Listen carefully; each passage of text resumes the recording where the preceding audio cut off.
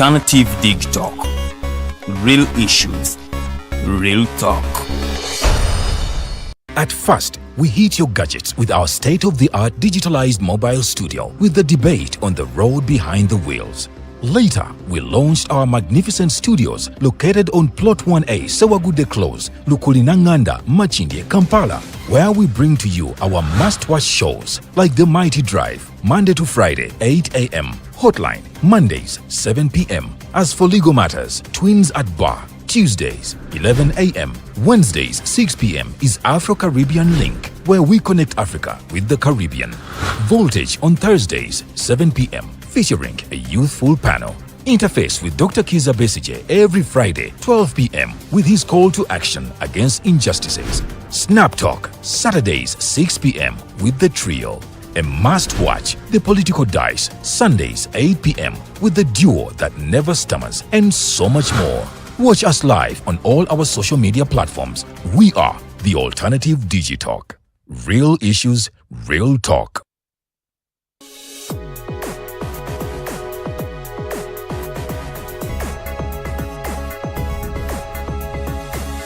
The Alternative Dig Talk. Real issues, real talk.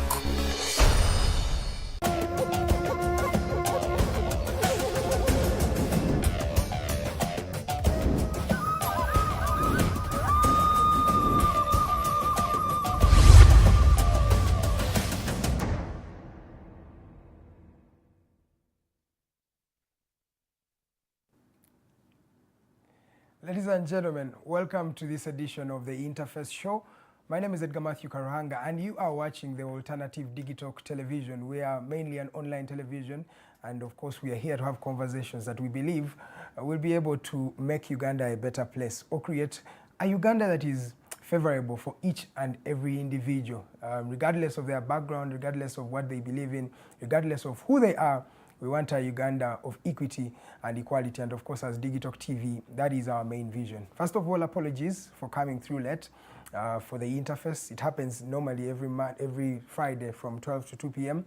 But unfortunately, Doctor has been in court, so he has just gotten out of there and he came straight here. But nonetheless, we are here. And of course, a lot of things are happening in the country. But before we delve into that conversation, allow me thank everybody who's watching us. Thank you so much for tuning in. People who tune in from Kampala here and Uganda, it's always something that is privileging for us. Thank you so much for tuning in. But also, the people and our team in the diaspora, people in the Middle East, Dubai, Bahrain, and that entire region, thank you so much. You are very, very ardent in viewing the Interface Show. And thank you for the comments that you keep on making. Now, my humble request is continue sharing this particular feed as you're watching it right now to as many people as you can, because we believe these messages, many people should be able to consume it. We are streaming live on two social media platforms, that is on Facebook, but also on YouTube at The Alternative Uganda, at Digitalk TV. All those are social media platform pages, but also on the Facebook page of retired Colonel Dr. Kizza Besigye. We are streaming live, so you can drop your comments, your questions, any queries, and I'll be able to read them out subsequently as we continue with the program. In the program tonight, we have a lot of things that are happening in the country. There is a contentious amendment that is going on in Parliament, the Coffee Amendment Bill. Now, this particular amendment seeks to dissolve the National Coffee Development Authority and replace all its functions and its roles with the Ministry of Agriculture. And now this particular bill has been tabled by the Minister for Agriculture, Frank Tumwebaze, and it has brought a lot of contention in the August House from the time we started hearing it as a rumor. Now, yesterday there was a first reading that was held in Parliament. Many opposition players do not believe in this, and they think that there is something behind this particular amendment, and they feel it is not coming from a good place. I will quote a gentleman, Geoffrey Rutaya, Member of Parliament from Kakuto. He was able to say that you're serving us poison, but yet you know this is actually poison. So is this amendment bill poison? And the question is, why is it that we do not want to dissolve it and give all responsibility to the Minister of Agriculture? Remember, many agencies have been rationalized and have been merged with ministries and other corporations. Now, what is so special about the National Coffee Development Authority? that it shouldn't be dissolved and given to agriculture. What is the voice behind this particular, amendment? So we're going to be looking at that. And there are some sentiments that were not good that were made by the Speaker of Parliament, Anita Among, starting to talk about tribes like Baganda. I'll be playing that particular video and you'll be able to judge for yourself. I cannot say that it was a tribalistic statement, but it had an element of tribalism. So what does this mean generally? Then also earlier this week, unfortunately, Uganda lost a couple of people that were part of that accident of the fuel. Many of them were burnt. After an accident happened, we had a truck that was carrying fuel around Chigogwa, that is in Matuga, and people tried to go and help themselves to the fuel, but unfortunately this thing burst, and after bursting, around 16 people have been confirmed dead. Many have a lot of injuries. The government came out to support and give, I think, the people who lost their lives, each family was given 5 million shillings. Then the people who were injured, each person was given 1 million shillings. But we continue to caution our people, please avoid such scenarios, because it's very easy to lose your life in such a small issue. But why is it that people continue? You've seen that this is a truck that has got an accident, but you continue to go there. I think this is something we should introspect as people. But also, on a lighter note, there is a traffic officer who has been in the news, that is Afande Tosime Abdallah. Now, this gentleman was slapped by a One Mercy Banshisha. And after that catastrophe, while he was trying to do his job, he was slapped, as I've told you. Now, after that particular incident, a lot of things have come up, a lot of good things. He has been given, a lot of endorsements, scholarships, and we want to thank the people for always trying to, give back to such people who are serving this particular country. I heard the speaker also say that she should be deployed at Parliament, so that it's a sign of, appreciation. But what is special about Parliament? I thought in police we should be, ranking him better. What is so lucrative about the Parliament that when a traffic officer is deployed there, that is something that is a reward or something that is good. And maybe lastly, there is a developing story about the URA staff that shared bonuses that amount to 14-point-something billion shillings. So they reached their tax revenue target, and after reaching it, in fact they surpassed it, they decided to give themselves some bonuses that were, to a tune of 14 billion. And of course, originally the bonus was supposed to be at around 11 billion, but I don't know how it increased to 14 billion. But then also, is it legal for you to give yourself money as a bonus because you reached a particular target?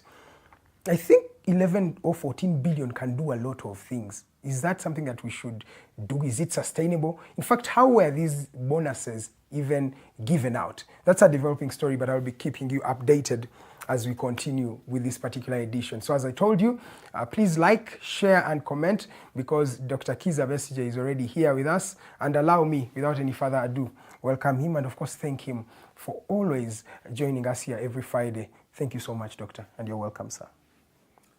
Great pleasure, Edgar, and a very good afternoon to all our audience, especially in Uganda. I believe abroad it could be morning or evening or any other particular part of the day. Yes, sir. Wherever you are joining us from, Karibu on this Friday's show. And I hope that you've had a good week. Of course, here in Uganda, we've had terrible situations. As he has said, I think at the last count, 15 people had died in Kigogwa, which is just outside Kampala, where the fuel tanker had an accident and burnt many people. 15 dead. I think the last time I had, 15 were in intensive care, and another maybe 10 were also hospitalized. So, about 50 people seriously injured by that, fire at Kigogwa. And of course, the terrible news this morning of the fire in Kamocha, where again, the last time I heard this morning, I think 2 had been confirmed dead, but a lot of houses burnt and a lot of property burnt in the area called Kisenyi in Kamocha.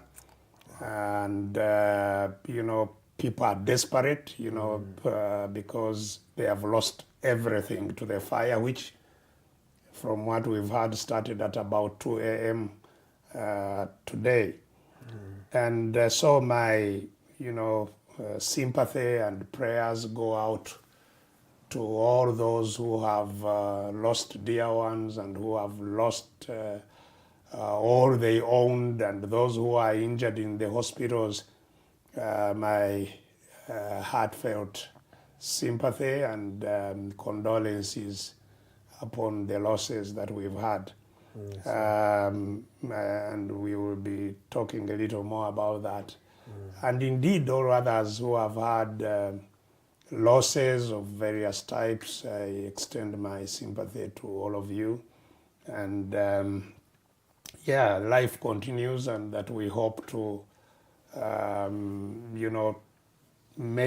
learn from all these situations and make our lives better as we move along. Okay. So welcome again to this week's edition of the Interface. Thank you so much, sir. I just wanted, before we leave that issue of the people who lost their lives, I want to comment on the desperation. Yes, it is wrong for these people to go when the fuel tank has got an accident. But I saw someone who even dropped their bread that was in a Kavera to go and get fuel from that particular tank. And you would hear people tell, this thing is going to catch fire. Even the driver himself told them, this thing is going to catch fire, please avoid it. But people are continuing to go. I want you to comment on that desperation, that people are willing to lose their lives just for a gallon of fuel. Yes, you see, poverty dehumanizes. This is one unfortunate reality. Yes, sir. Poverty dehumanizes. It undermines rational thinking. It undermines, what you call common sense? Yes, what is considered normal behavior is eroded. And so you end up with people who are not rational. Yeah. And it's not surprising, indeed, that you get involved with those kinds of situations. But also, it's, I think, something that requires more consideration, because knowledge of the danger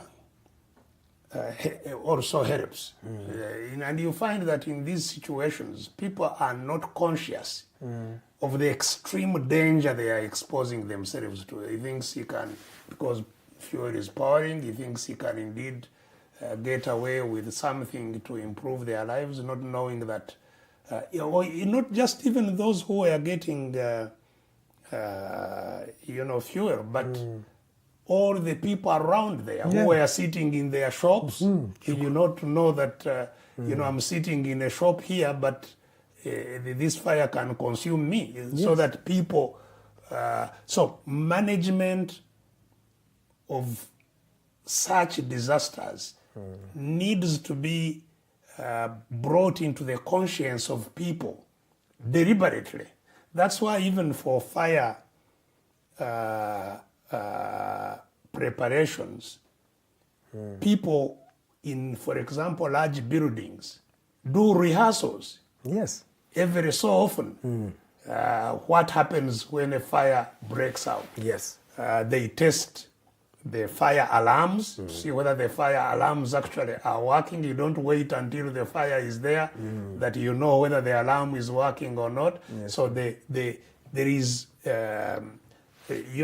some kind of a drill for fire that is mandatory every so often. Exactly. Where do you gather?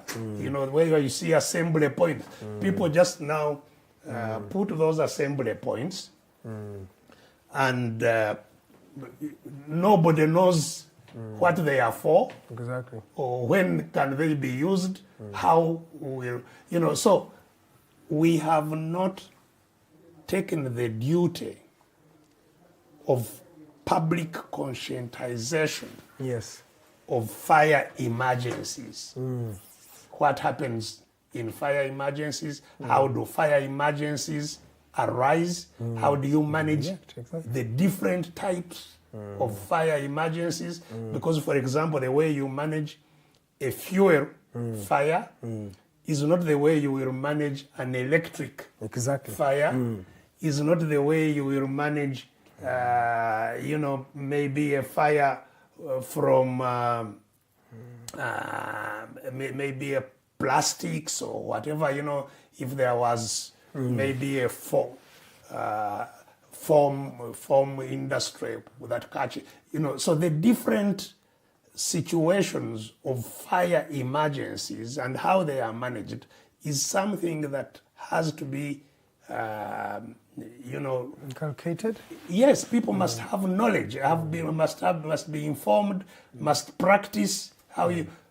Many people look at these fire extinguishers. Hardly anybody knows how to use them. Yes, exactly. And in what situations are they effective and not effective? Because not every situation will be affected by all types of fire extinguishers. They are different. So we have an ignorant population about fire accidents and their management. Yes, yes. And so, on the one hand, you have desperate people who will, even when they see a fire, will want to get into the fire to grab their clothes. The clothes are worth that more than the life. Which are part of the failure is failure of governance again, because this is a responsibility of governance. Okay. How to manage fire emergencies. But you can thank the government, the schools. The schools have been teaching the students how to do that, and it has been intentional. Yes, if they do, or where they do, it has to be applauded. But it has to be, there used to be, public programs about road safety. For example, generally, the whole question of road safety, how you use roads and what kind of situations can be hazardous on roads. This would be part of that, and these would have to be public programs that are continuously being driven so that the population know how to cross a road, where to cross a road, what to do when an accident happens on a road, all these things are critically important and definitely lacking. Okay. But having said that, the question you were asking about the irrationality Yes. of people going to dangerous places like those to try and grab something. It is at the bottom line, apart from the ignorance, Yes, sir. is the irrationality posed by poverty. As I have said, poverty dehumanizes. And, we must, as a society, do our utmost to fight and get out of poverty. That's why when we are talking about the independence drive, that was priority number one at independence. Roll back poverty. You cannot, have human dignity in poverty. You can't, that's how you see people scavenging, picking leftovers from wherever. That's not how a human should live. So human poverty is a huge problem here. Exactly. It's a huge crisis that people will, and you've seen indeed, people burn themselves, forget about being burnt by accident. They can burn themselves desperate from poverty. say, I don't desire to live any longer. Yeah. And they pour the fuel on themselves and burn themselves. So you are talking about those who are going to get something to eat, but people actually burn themselves. You saw the border man who burnt himself because what he thought was his only source of livelihood. The border had been arrested by the police, and he burnt himself to death. So there's a lot of poverty. Is an extreme, danger to the community. The things they tell us that 70%, I think, of Ugandans cannot build a house of their own, doctor. So what is that? That is around what? 35 million of Ugandans, 40 million cannot. And they're working every day. Such sadness. Doctor, let's leave that particular issue. The Minister Musasizi came out to say that you are lying when you say that they are borrowing for their own salaries. He refuted these claims that you made and allegations. Doctor, what do you think about that? Well, as somebody has drawn that to my attention, I haven't got the details. I've been asking which forum he was addressing. A platform called The Source. To say so. And I don't know whether he's made those statements in Parliament. But you see, the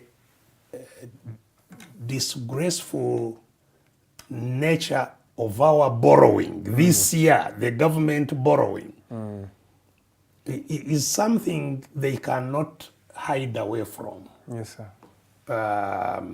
Because I asserted, and I will assert again here on this interface, yes, sir.